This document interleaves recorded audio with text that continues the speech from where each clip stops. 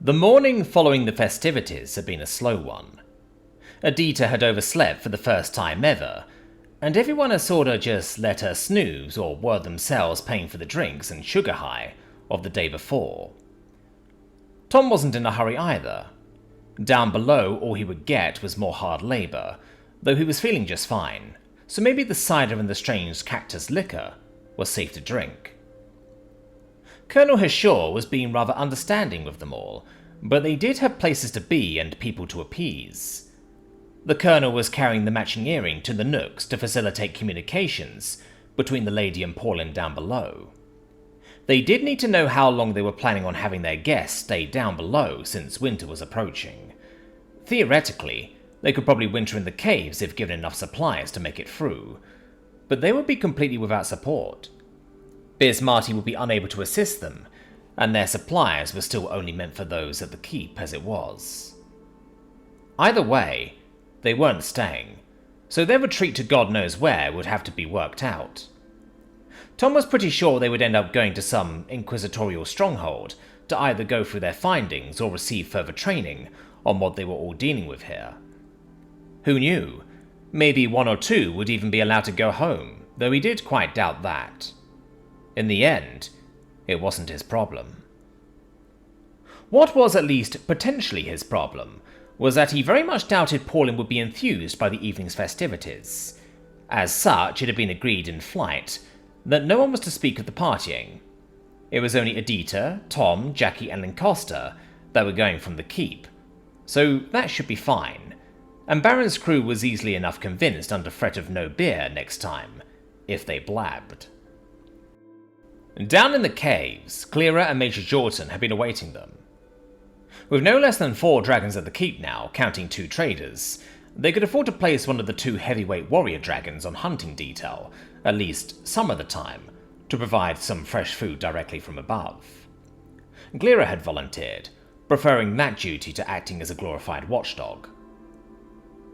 In by the vaults, not much had changed. Pauline seemed utterly disinterested in what they had been up to in the evening. She was far more intrigued by what news had been brought for her from Jelena.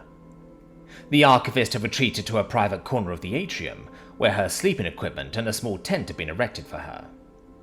Tom had definitely been expecting to get summoned to said corner once she was finished with her letters, but much to his surprise, no such misfortune befell him. Instead, he got to watch Adita and the other artificer work pretty much all day, asking all the questions he wanted for a change. During the brief pauses in questioning, a sort of professional silence had settled in as they worked. Adita had been a little hesitant of what to say, as she didn't want to talk about the day before as per their agreement, and Tom wasn't really any better off. She had made some polite attempts at small talk though, which is to say she had listed off questions as from a list. What had Tom gotten for Jackie and he for her, what the weather was like, and how his family was doing. Tom elected not to answer that last one, and eventually Adita seemed to work out the slight flaw in that question. Sorry. You don't know, do you? No, not really. I know Dad is dead and my mum pretty much is. But hey, now they seem to live in my skull, so that's nice, Tom grumbled in reply. They what now? It is a long story. Just chalk it up to humans being weird. Adita nodded, clearly wanting to ask more but having no clue how. Thus, she just got back to work on salvaging componentry in silence. The work was progressing swiftly now that the people with the relevant expertise could be left to it, with the remaining rabble of academics, and of course Tom, being trusted with a few menial tasks to speed things up. Though Tom whipping out the power drill for taking care of the soft metal rivets that held much of the structure certainly sped things up, even if Raouf was likely going to be in quite the mood once he discovered the thing was missing. They were on a timer, after all, and they needed to beat the worsening weather, so they all stayed in the cave for the next 3 days straight. One night, Tom and Jackie did get the privilege of sleeping at Baron's side, having made a delivery of crates to the dragon, and elected that walking all the way back today was just a waste of time. It wasn't that cold inside the island, but it certainly wasn't warm either. Jackie had been getting plenty of use out of her breathing hot water bottle, but Tom could definitely use a hot water bottle too some evenings. Luckily, Baron was essentially just that. The massive creature downright radiated heat, even if he himself was grumbling about how cold the stone was. When the disassembly work had finally been completed, what remained had to be dragged to where the dragons could get at it, which had proven a Herculean task for a bunch of paper pushers. Jackie had done the work of 3 or 4 at least, which she, of course, didn't rub into anyone's faces whatsoever. Once out, Baron and Glera had dragged it all to the mouth of the tunnel network, the blue dragon not having bothered with a hunting trip this last day.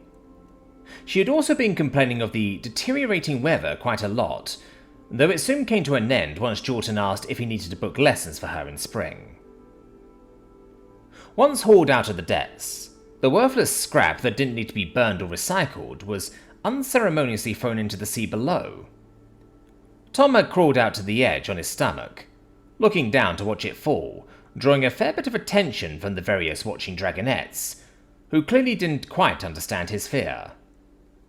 The sensation of looking straight down for miles from a ledge was a bit more than he was good for, and it wasn't like he minded them staring.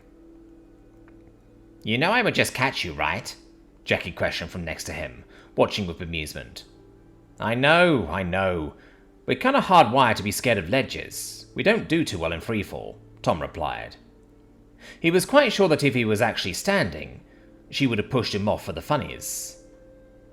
"Oh, is that so?" she questioned, poking at him a bit with her foot, which caused a whole swarm of butterflies in Tom's stomach as he took a sharp breath. Jackie just laughed.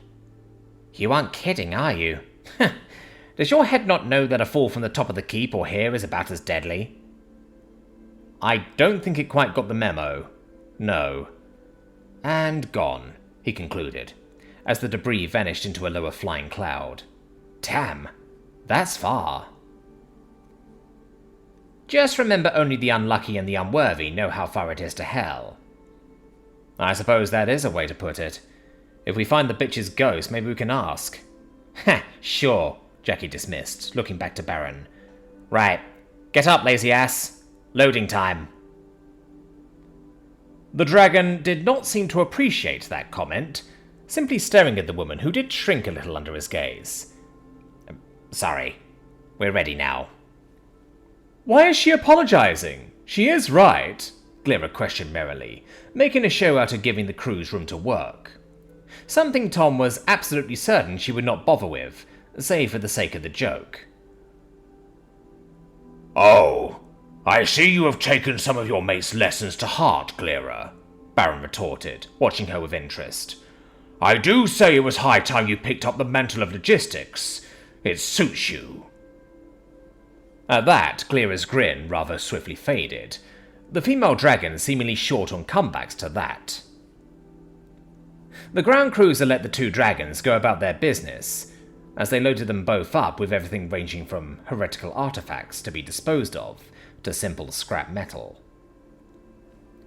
Tom and Jackie helped out on Baron's side, namely because he could fit less stuff on account of his rather extensive armoring. Tom was fairly sure this was about as heavily armored as a dragon could be, though the capital might prove him wrong.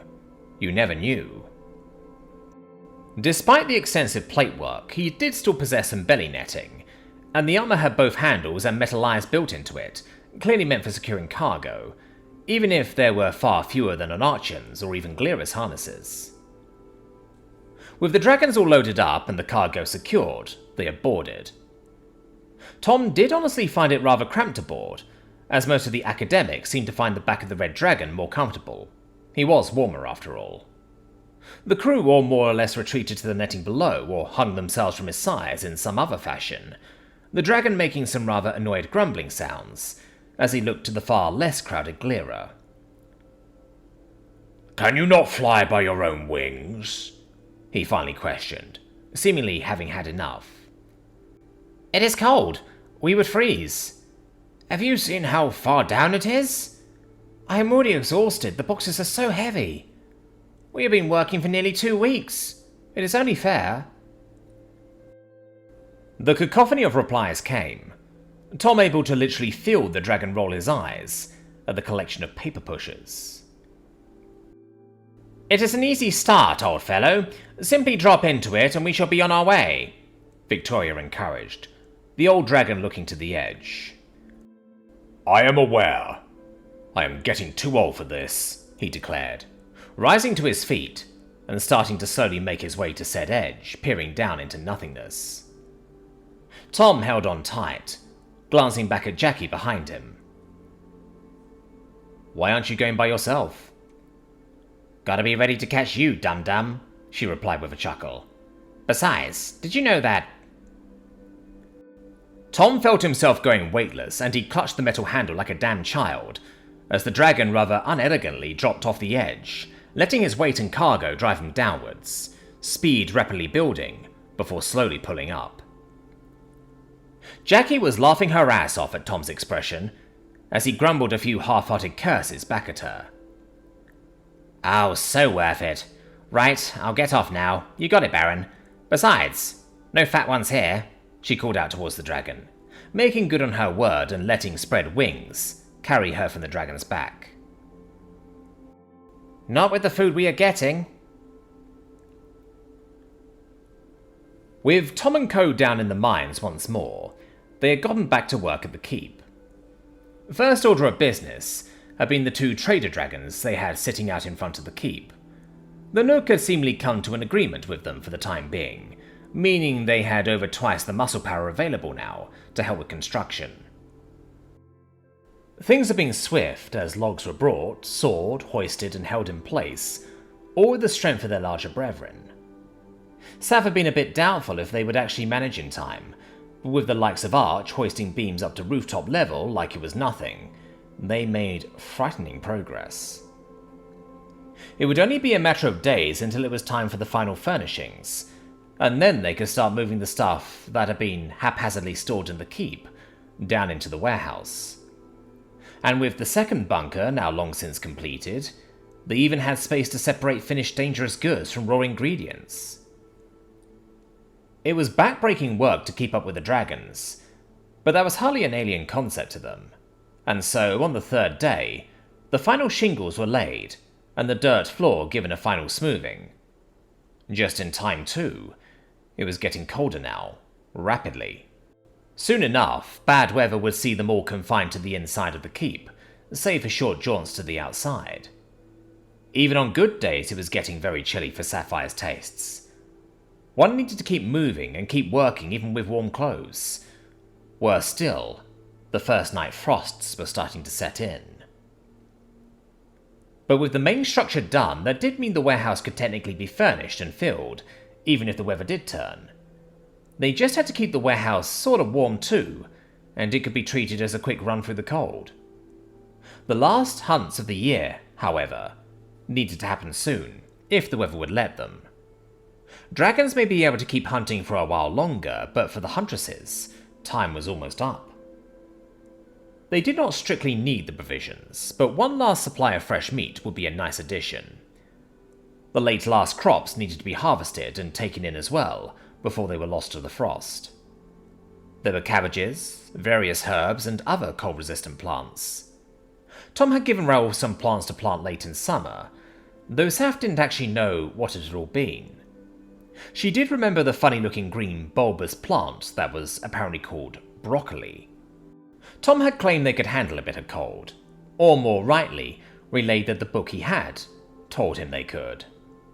Once harvested, they just needed to be stored cold, as did so many other things coming out of the fields. That was a little concern, since there were plenty of cool places in the bottom of the keep. And with the storage rooms being emptied out into the warehouse, there was plenty of room. Wiperna had made some remarks about how she hoped the kids might like these new vegetables better. It was hard enough to get them to eat their vegetables, but in winter, when the selection became even worse, it often proved extremely tricky. Essie added that maybe they could use Tom as an example to the kids. He always ate his veggies, far more so than he should in several cases actually. The human did claim that was how he normally ate, so who were they to judge? Baron and Glera had returned that very evening, carrying their resident human as well as Jackie and seemingly just as many boxes and packages as Arch and Galaxa had flown in with. They were immediately moved to the warehouse and had "Do Not Touch" written on them, in bold, large, thick-set runes. What proved substantially more of a headache was the academics which had been brought along. It was apparently far too cold for them to stay outside now, which to be honest Sapphire could understand. Even with whatever heating devices one might scrounge up, tents were hardly known for being warm in winter. As such, they had all been packed into the keep. The kitchen tried its best to feed them all something, which would both be cheap and result in a minimum amount of complaining. Which did actually go better than Sapphire had expected. That was probably down to the standard of food they had all been receiving down in the caves. She too had gotten a taste of it, and even a simple stew made in a proper kitchen was certainly a welcome change from something like that. Even so, things could not stay like this. They were packed to the rafters with people. The plan was clear enough. The following morning, Arch, Galaxa and Glera would all depart. They were not being told where to, but Sapphire guessed it would not be a city. They were taking the academics and all the apparently heretical or important artifacts with them, leaving what materials the keep might be able to make use of to lighten the load. That would leave the keep with Adril, Jarix and Baron, of which Jarix and Adril would of course be staying the winter. Baron was to take to the skies tomorrow morning and fly a round of the island, both as a precautionary patrol, and to inform Grevy and Tiguan that the time was coming to return home. The two younger dragons would be given a day or two to make it to Bismarti Keep, from which they would fly as a free for the capital, carrying home the high-star work crew as well. It sounded simple enough to Sapphire, though she couldn't help but feel a touch bad for Deriva. They were being left in the open, right on the lead up to winter, and to be honest, she didn't understand why they weren't any more concerned with anyone having a look in the caves before winter. If anyone was desperate enough to risk the weather, it should be quite doable for them. Tom and Jackie had cleared that up, at least somewhat. The caverns below had been trapped, and literally everything had been cleared out of the first 3 vaults by now, meaning anyone having a go at it would need to brave the traps and crack open the last vault. Even so, Jarix was supposed to go check just before the dragon was put to sleep for the winter, weather allowing, of course. Sapphire had elected to just let smarter people worry about such matters. Besides, the arrival of the dragons also meant they had all their huntresses in one place once more. An ideal time for the final hunt, though there was one point of contention they had to deal with first, which was brought up that very evening. "So, we need to bring Tom, right?" Saph asked, looking down the table as people ate. "I mean, I think we should, yeah. Isn't it a tradition every huntress goes?"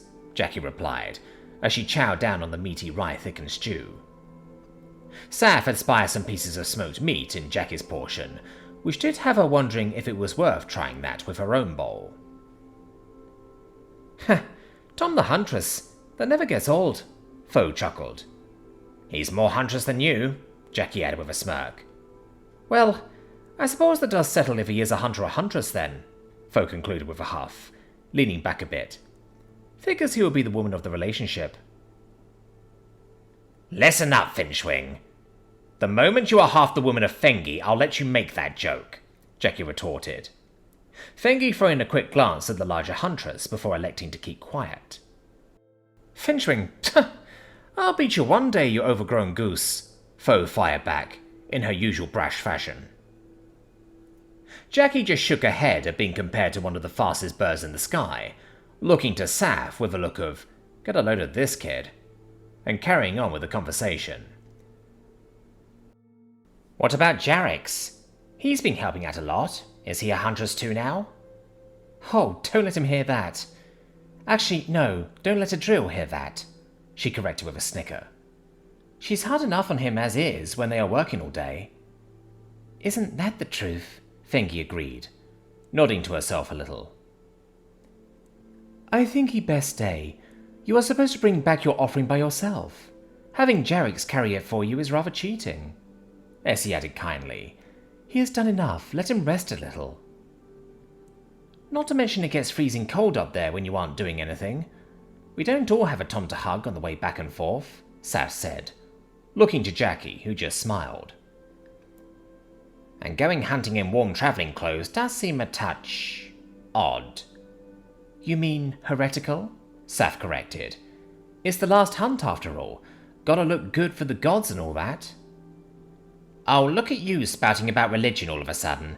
Didn't you give like a stupid little sparrow last year? A green-tipped brown tit, I will have you know, and it was bloody hard to catch. What about me? Do I need to go? I'm kinda busy right now, Fengi added, evidently unsure how she fit into the ritual this year. But Fengi, it's only the 4th time you get to come, isn't it? Esmeralda said in a concerned tone. 4th time? Bo questioned, tilting her head. I thought you had been here for much longer than that. Didn't you get copper when you were just 17? I got it at 16, Jackie added with a confident smirk. One of the perks of growing up at a keep rather than joining. You tended to get a bit of a head start on everything. No, I was coppered at 19, Fengi corrected. The Queen of the Hunt decides who gets to come, and no offence, but don't expect to be allowed this year, Fengi replied, looking down to the 2 greenhorns. You aren't ready. Bo nodded in reply, getting back to her food. Saf was not quite sure she seemed disappointed, or uncaring. Isn't it just another hunt? And in the cold too? Yeah, thanks. I'll stay in here, Fo retorted, seeming more amused than disappointed. It is a bit more than that, young woman. It is the last hunt of the year, the last chance to prove yourself. Do well and you may even earn yourself a promotion, not to mention win Nork's favour. If it goes well, that is, Essie explained kindly. It would make sense the city dweller didn't know after all. Oh. Now Fo seemed to get why this hunt mattered, though Saf was sure it was more about the money than the gods for her. Do you perform the sacrifices to Nalk as well? I know not every keep bothers, Bo added, seeming more familiar with it all. We do, yes. Each huntress must find something to give back for the year's bounty, and someone from the Bismarti family must give something back to the forest. These days, Dakota usually handles that task. Oh, yes, I see. A gift to the forest. More like a gift to the unicorn of the forest, Jackie chuckled. Don't we just get her some beans or cabbage or something?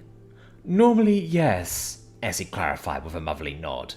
But we do have some interesting new things of Tom's, and Celestine has had a very hard year, and she has been quite helpful indeed. What? Like the broccoli? Fo chuckled. Looks like the strange cross between green leaf cabbage and, Yes, perhaps that, Essie said, coming to the rescue of the young Huntress, who thus far was not doing well on botanical knowledge. Perhaps we should have a competition between her and Tom on who would eat the poison berry first, Saf chuckled to herself as she shook her head a bit. What about those strange orange sticks? I had to dig up hundreds of them, Bo added with a bit of a grumble. Though they don't taste that bad. Got a nice snap. What, the carrots? Jackie questioned with a head tilt. I'm still disappointed in those. Tom said they were sweet. They definitely aren't, by the way. That's a carrot? Fengi broke out loudly, standing up at the table, getting everyone's attention. Why didn't you tell me? What? Was all Jackie could come up with, and Saf, for once, understood the confusion. What's so important about carrots? She asked. She felt like that word had been mentioned before, but she couldn't place her finger on when.